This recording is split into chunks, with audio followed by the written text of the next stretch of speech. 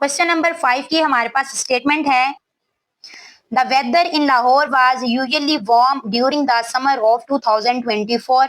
वो हमें कह रहे हैं कि 2024 में जो है वो गर्मियों के मौसम में लाहौर का मौसम जो है वो आमतौर पर काफी गर्म रहता है। नेक्स्ट वो कह रहे हैं कि द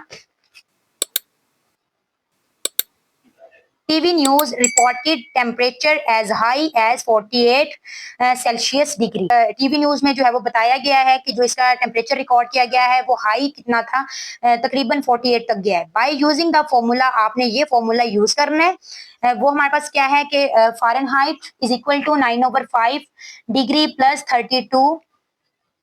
अच्छा, अभी आपके पास जो फॉर्मूला उन्होंने दिया है, उन्होंने ये कहा है कि आपने जो है इसका टेम्परेचर मेजर करना है फ़ारेनहाइट में। डिग्री में तो हमें गिवन है ना, डिग्री में गिवन है, फ़ारेनहाइट में हमने मालूम करना है। तो फ़ारेनहाइट के लिए उन्होंने आपको फॉर्मूला दे दिया 9/5 सेल्सियस डिग्री प्लस 32। ठीक है, find the temperature as the Fahrenheit scale. चलिए हम इसको स्टार्ट करते हैं इसका solution. Temperature of the Lahore कितना है 48, आपके पास सेल्सियस है। टेम्परेचर इन फ़ारेनहाइट स्केल हमने मालूम करना है।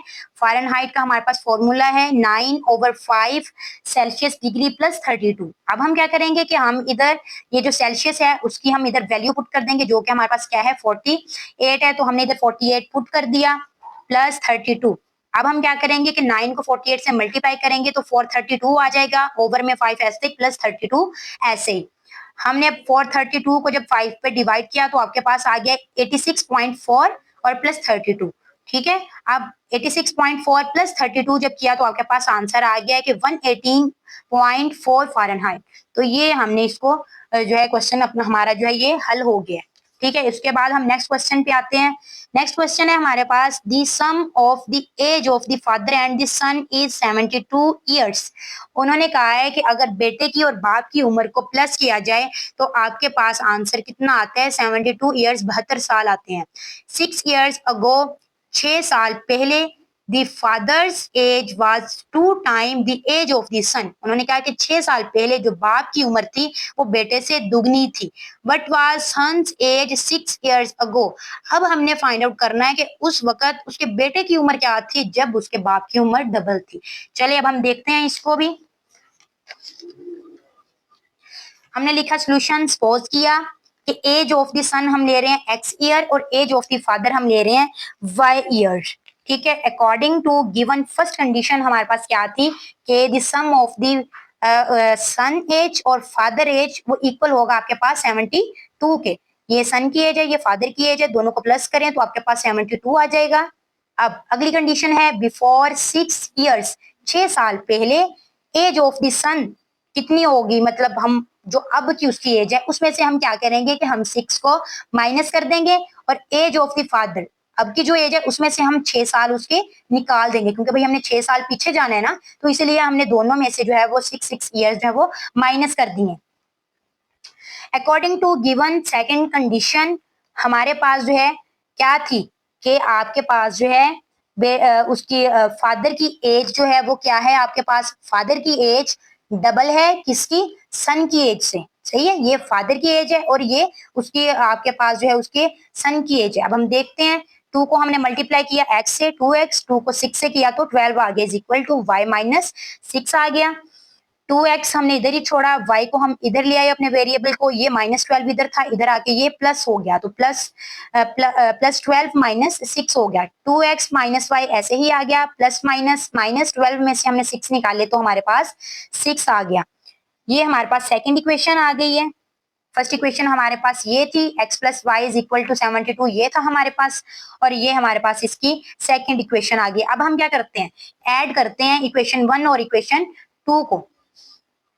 x plus y is equal to 72, 2x minus y is equal to 6। ठीक है, तो 72 में से जो इधर से स्टार्ट करते हैं, प्लस प्लस प्लस, x एक है और इधर 2x है तो 3x हो गया, ये प्लस है ये माइनस है, ये दोनों आपस में कट गए, प्लस प्लस प्लस, 72 में 6 प्लस किए तो हमारे पास 78 आ गया। अब हम इधर से x का आंसर निकालते हैं कि x की वैल्यू क्या आती है। x हमारे पास आ गया 78/3, 78 को 3 पे डिवाइड करेंगे तो हमारे पास क्या आ जाना है 26 आ जाना है। तो हमारे पास x क्या आ गया 26 आ गया। असल में जो हमारे पास x था वो क्या था, एज ऑफ सन थी, जो कि हमने स्टार्ट में सपोज किया था कि सन की एज हम क्या ले रहे हैं, एक्स ले रहे हैं, तो एक्स हमारे पास क्या आ गया, 26 आ गया। ठीक है, अब हमने जो है वो सन की एज, जो अब एज है वो भी फाइंड आउट करनी थी, और 6 साल पहले की भी एज हमने उसकी फाइंड आउट करनी है। बिफोर 6 ईयर्स, 6 साल पहले एज ऑफ द सन क्या थी आपके पास, एक्स माइनस 6 था, और ये आपके पास था एज ऑफ सन था आपके पास x। ठीक है, तो वो x 26 आ गया। यहाँ पर हम x की वैल्यू पुट कर दें, जो पुट करते हैं, जो कि हमारे पास है 26। तो 26 माइनस 6 कितना आ गया, 20 ईयर्स। ठीक है, तो तब वो कितने साल का था, तब वो 20 ईयर्स का था। ये आपने जो है वो दोनों हमने इसके आंसर्स फाइंड आउट कर लिए हैं। अब हम आते हैं नेक्स्ट क्वेश्चन की तरफ, जो कि है क्वेश्चन नंबर 7। इसकी हम स्टेटमेंट पढ़ लेते हैं।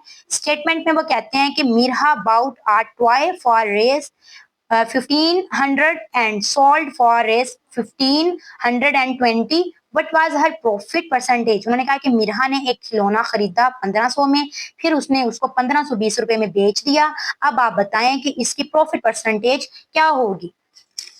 देख लेते हैं, बहुत सिंपल सा क्वेश्चन है ये हमारे पास। कॉस्ट प्राइस कितने में खरीदा उसने, 1500 में खरीदा था। सेलिंग प्राइस कितने में उसने बेचा, उसको 1520 में बेचा।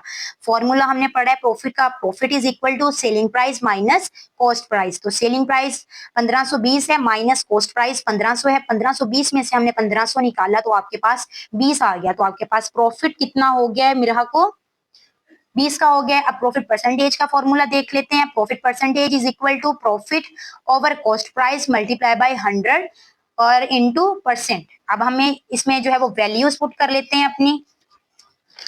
Profit percentage is equal to, हमने वैल्यू पुट की कि प्रॉफिट हमें हुआ 20, और हमने जो है वो उसकी कॉस्ट प्राइस जो थी, परचेज प्राइस जो थी वो थी 1500, वो लिख ली। ठीक है, हमने क्या किया है कि हमने इनकी मल्टीप्लाई बाय 100, हमने इसको जब सॉल्व किया है, ये 2 0 से कट गए, तो इसको हम 5 के टेबल से कटिंग कर लेते हैं। 5 3 जा और 5 4 जा, तो 4/3% आ गया है। तो 1.33% आ गया आपके पास। ये जो है उसकी प्रॉफिट परसेंटेज आ गई है मिरहा की। ठीक है, नेक्स्ट क्वेश्चन पे चलते हैं। क्वेश्चन नंबर 8, उसकी स्टेटमेंट हम देख लेते हैं। स्टेटमेंट है आपके पास कि the annual income of Tayyab is 9,60,000 while the exempted amount is raised 1,30,000. How much tax would he have to pay at the rate of 0.75%? उन्होंने कहा कि जो तैयब है उसकी एनुअल इनकम जो है वो 9,60,000 है, जबकि अमाउंट जो है उसकी वो है 1,30,000। अब आपने जो है वो टैक्स बताना है कि वो कितना पे कर रहा है, और टैक्स का रेट आपके पास कितना है, 0.75% है। देखते हैं हम इसको।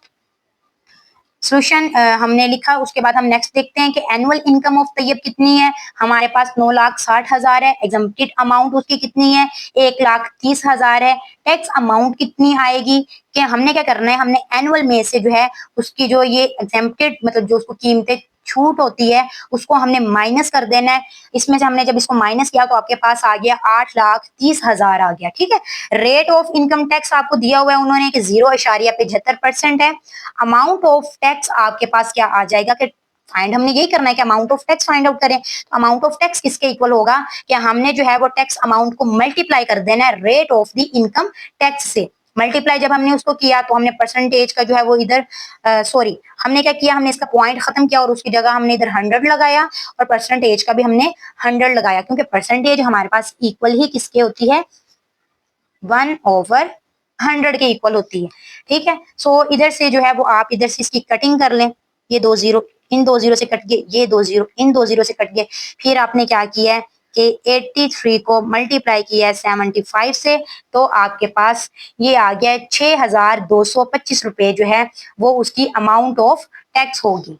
ये हमारे पास क्या आ गया है, अमाउंट ऑफ टैक्स आ गया। ठीक है, हमारा लास्ट क्वेश्चन है। लास्ट क्वेश्चन हमारे पास क्या है, find the compound markup on रेज 3,75,000 for 1 year at the rate of 14% compounded annually.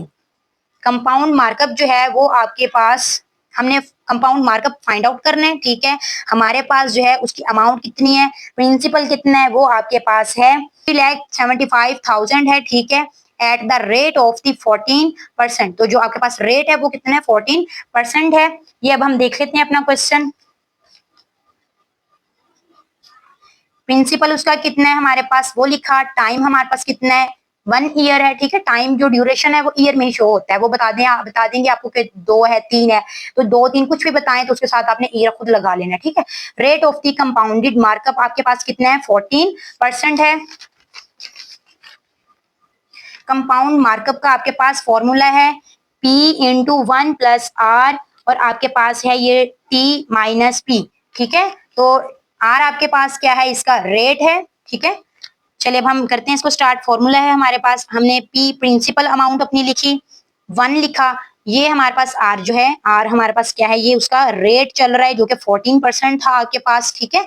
और टाइम आपको कितना बताया हुआ है 1 ईयर बताया हुआ है, माइनस 3,75,000, ठीक है। ये हमने 3,75,000 ऐसे ही लिखा, 1 प्लस 14 लिखा, और हमने परसेंट की जगह हमने 100 लिख लिया, बाहर इसके ऐसे ही 1 आ गया, माइनस ये 3,75,000 ऐसे ही आ गया हमारे पास। नेक्स्ट देखते हैं हमने, क्योंकि इसके पहले ब्रैकेट को थोड़ा सा सिंप्लीफाई करना है, फिर इजीली ये सॉल्व हो जाए। ये ऐसे ही नीचे वैल्यू उतर आई, अंदर हमने क्या किया कि हमने इसको 14 को जब 100 पे डिवाइड किया तो आपके पास 0.14 इसकी वैल्यू आ गई। बाकी वैल्यू ऐसे ही हमने लिख ली। अब नेक्स्ट हमने इसको ऐसे ही लिखा, उसमें 1 प्लस किया तो वो आ गया 1.14, और ऊपर 1 ऐसे ही, माइनस 3,75,000 ऐसे ही आ गया। अब क्या करेंगे कि इसके ऊपर जो वैल्यू 1 है तो मतलब ये आपके पास 1 ही है, ठीक है, 1.14 ही ये रहेगी। अब आप जो है इस वाली वैल्यू को 3,75,000 को मल्टीप्लाई करोगे किससे, 1.14 से। उसे जब मल्टीप्लाई किया तो आपके पास वैल्यू क्या आ गई है, आपके पास आ गई है ये 4,27,500 माइनस 3,75,000, ठीक है। आपने जब इसको आपने 4 लाख में से जब ये वैल्यू माइनस करनी है तो आपके पास ये क्या आ जाना है, 52,500 आ जाना है, ठीक है। तो ये आपके पास इसका जो है वो कंपाउंड मार्कअप होगा, कंपाउंड मार्कअप होगा। सो इसी क्वेश्चन के साथ जो है वो हमारी एक्सरसाइज फिनिश होती है।